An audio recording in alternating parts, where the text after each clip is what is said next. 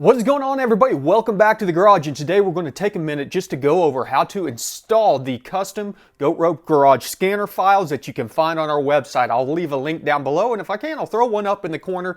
Go over there. It's $5. It is all of my histograms, my parameter layouts, and my base layout. Some of you are having a little bit of issues. The first thing that we want to do, though, is jump into your scanner, go up to help, and check the about. I'm running the beta, the latest beta. In fact, I'm not even running the latest beta. I'm 4.7.2. The latest stable release right now is 4.6.3. You should be good on 4.6.3. If you're not, let me know down below.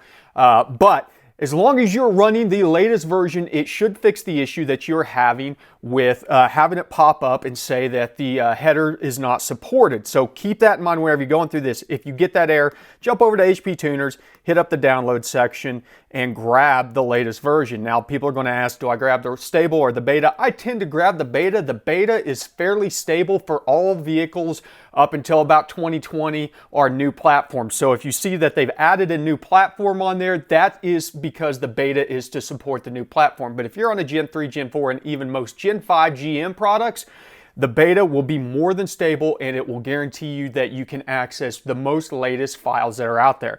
On top of it, if you haven't already grabbed your copy of the scanner layout, go ahead and head over to goatropegarage.com. It'll be on the main page. You can see it down there. $5 gets you the file, and it is an instant download. You should get a link that allows you to download it. Whenever you get that link, go ahead. It's a zip file, expand it out, and you'll have 3 files: the graphs, the channels, and the layout. The big thing to know on this one, though, is that the layout will automatically update your graphs. So if we were to go in here and open layout, it's up here in the corner, we'll click the open layout button, and here is our layout file. Whenever we open that, it's going to go ahead and load all of our histograms. So if you have a layout already that you like and you just want the histograms, you can come in here to the graphs layout and you can open those up through there. So if I were to come in here, delete all these out,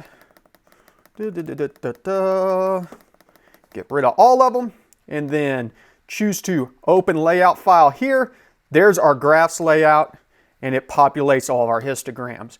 The nice thing about this is everything's there. So if you're working on a specific platform, say a Gen 3, you could come in here, get rid of the 15Ks because you're going to be on a 12K. If you're on EQ, you could get rid of the AFR. And then the same thing, we're not going to have pressure ratio for the 3rd gen. We can blow those out and get down to where we get to the G3 primary VE tables.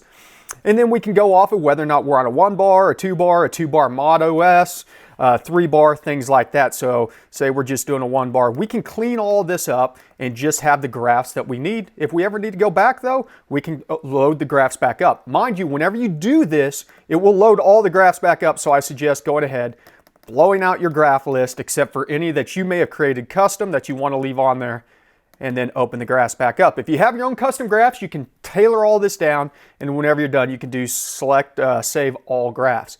Now, the other side of it is yeah, you don't see the gauges. I don't use the gauges for anything, but I do use the time. If you go up to layout and you go into actually add to layout, we want to add the chart versus time. It's going to put it over in the right. The nice thing about being over in the right is you can still easily access all of your parameters, but if you pare this list down, you can then drag this, grab it by the title, drag it over here, and it'll put it down below, and then you can adjust it. I've got some of the more important things that I like on there: RPM and speed, of course, injector duty cycle, mass airflow versus your manifold air pressure, your O2, knock retard, spark, throttle position sensor, all that other stuff. Now for the channels, works much the same way. You can see we just got engine oil pressure. This will replace all of the channels. So if we go in, open up our channels config, boom, it loads it up. Now granted, this is mainly set up on a Gen 5, so a lot of the stuff down at the bottom that is torque related will not show up on some Gen 3s and Gen 4s. Keep that in mind. But the majority of what you need will stay in here, such as mass airflow sensor, manifold pressure, all those things. And then this is my wideband. If you have a different wideband, you can delete that out, add a channel, and then come in to your channel list. Let's go, let's go, let's go, let's go.